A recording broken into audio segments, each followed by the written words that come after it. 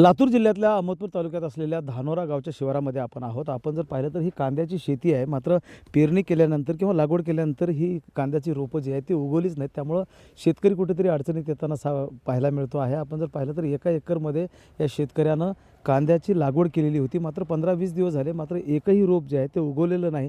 त्यामुळे शेतकऱ्यासमोर नवीन संकट उभारलेलं आहे. धानोऱ्याचे हे जगदेव होनाळे हे शेतकरी आपल्यासोबत आहेत. त्यांच्याकडनं जाणून घेणार. मला सांगा, कांद्याची लागवड केली तुम्ही आणि काहीच उगवलं नाही. हा, मी एक 20 ते 25 दिवस झालं नाशिक रेड कंपनीचा कांदा आणला होता आणि तो पेरला. त्याच्यातलं एकही समजा कुठंतरी हजारातून एखादं धाड दिसते, पण कुठंच उगवलं नाही बाकीचं. योग्य पद्धतीने लागवड केली होती. हो, योग्य पद्धतीनं ट्रॅक्टरनं खोल अजिबात पडलेलं नव्हतं. माझ्याकडे रेन पाईप लावले होते.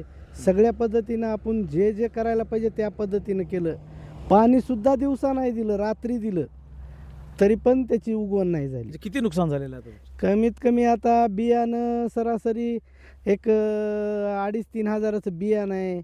परत त्याच्यासाठी खत लागला 2,000चा. मग सीझन पुढे गेला. हां, आणि ट्रॅक्टरची मेहनत आणि सीझन हे 20 दिवस गेले म्हणजे आता पुढचं पेरायचं म्हणल्यानंतर पार पावसाळ्यातच जाणार.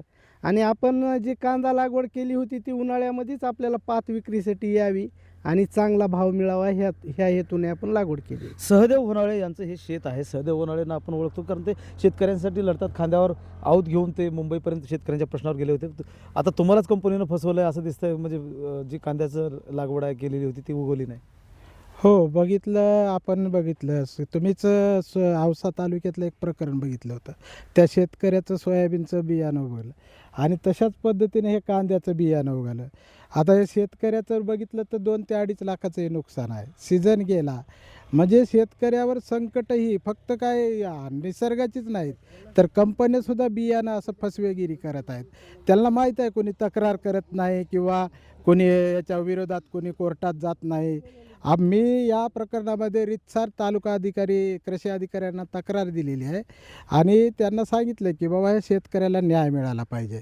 त्या पद्धतीने तालुका कृषी अधिकाऱ्याने पंचनाम्यासाठी पत्र कंपनीला आणि त्या प्रसाद कामदार रोडचं कृषी केंद्र कामदार रोड त्यांनासुद्धा पत्र काढलेलं आहे आणि या प्रकरणात शेवटपर्यंत जाऊन त्या शेतकऱ्याला न्याय मिळवून देणार आहे. एवढं काम. आपण जर पाहिलं तर ही 1 एकर शेती आहे आणि या शेतीमध्ये कांद्याची लागवड केलेली होती. मात्र कुठेही कांदा जो आहे तो उगवलेला दिसत नाही आणि त्यामुळे शेतकरी अडचणीत आलेले आपल्याला पाहायला मिळत आहेत. महेंद्र जोंधळे, TV9 मराठी, लातूर.